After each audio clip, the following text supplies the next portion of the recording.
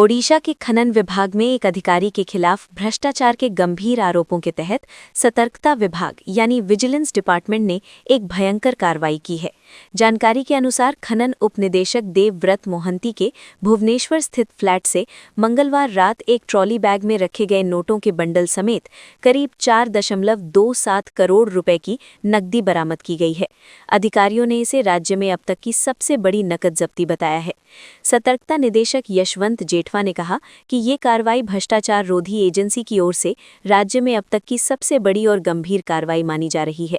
भुवनेश्वर मंडल के सतर्कता पुलिस अधीक्षक यानी एसपी सरोज कुमार सामल ने बताया कि अब तक 4.27 करोड़ रुपए की नकदी गिनती पूरी हो चुकी है और इसमें लगातार और भी संपत्तियों की जांच जारी है। मोहंती के खिलाफ ये पहला मामला नहीं है।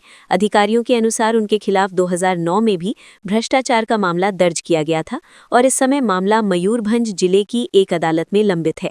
वर्तमान गिरफ्तारी उनके कथित भ्रष्टाचार के नए मामले से जुड़ी हुई है। जानकारी के अनुसार देवव्रत मोहंती को एक लाइसेंस प्राप्त कोयला विक्रेता से उसके काम का सुचारू संचालन सुनिश्चित करने के बदले 30,000 रुपए की रिश्वत लेते हुए पकड़ा गया।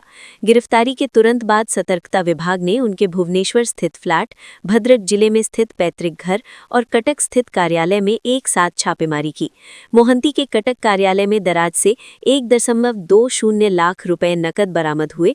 इसके अलावा उनकी अन्य संपत्तियों में भुवनेश्वर में स्थित 2 मंजिला मकान, लगभग 130 ग्राम सोना और 2400 वर्ग फुट का भूखंड शामिल हैं, जिस पर एक 2 मंजिला इमारत का निर्माण चल रहा है।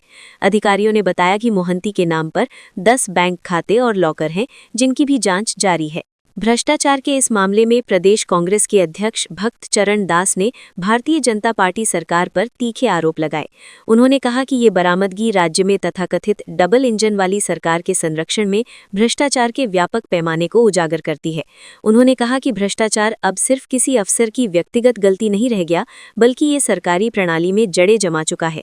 अधिकारियों ने बताया कि देवव्रत मोहंती ने 2004 में मात्र 8,000 रुपए मासिक वेतन पर कनिष्ठ खनन अधिकारी के रूप में सरकारी सेवा शुरू की थी।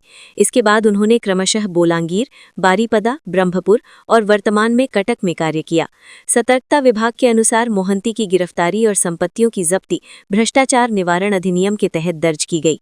इस मामले से ये भी स्पष्ट होता है कि भ्रष्टाचार की लंबी जड़ें अधिकारियों के व्यक्तिगत लाभ और सरकारी प्रक्रिया में गड़बड़ी के कारण पनप रही हैं।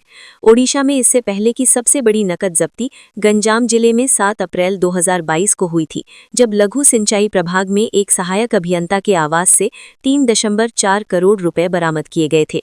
इस बार की बरामदगी उससे भी बड़ी मानी जा रही है और अधिकारियों ने इसे राज्य में भ्रष्टाचार के खिलाफ कार्रवाई में मील का पत्थर बताया है। विशेषज्ञों का मानना है कि ऐसे मामले राज्य प्रशासन और भ्रष्टाचार विरोधी एजेंसियों के लिए चुनौतीपूर्ण है, लेकिन उनकी समय पर कार्रवाई और उच्च स्तर पर निगरानी से ही भ्रष्टाचार पर अंकुश लगाया जा सकता है।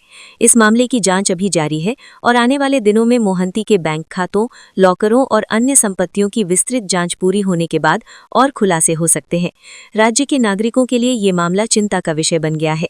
सवाल उठ रहे हैं कि क्या सरकार पर्याप्त सतर्कता और पारदर्शिता के साथ ऐसे मामलों को रोकने में सक्षम है। वहीं विपक्ष इस घटना का राजनीतिक फायदा लेने की कोशिश कर रहा है, लेकिन मुख्य ध्यान अब जांच और न्याय की प्रक्रिया पर होना चाहिए। अधिकारी इसे ओडिशा में भ्रष्टाचार के खिलाफ बड़ी और निर्णायक कार्रवाई के रूप में देख रहे हैं। इस कार्रवाई ने साफ किया कि सतर्कता विभाग अब किसी भी स्तर के भ्रष्ट अधिकारी के खिलाफ सख्त कदम उठाने के लिए तैयार है।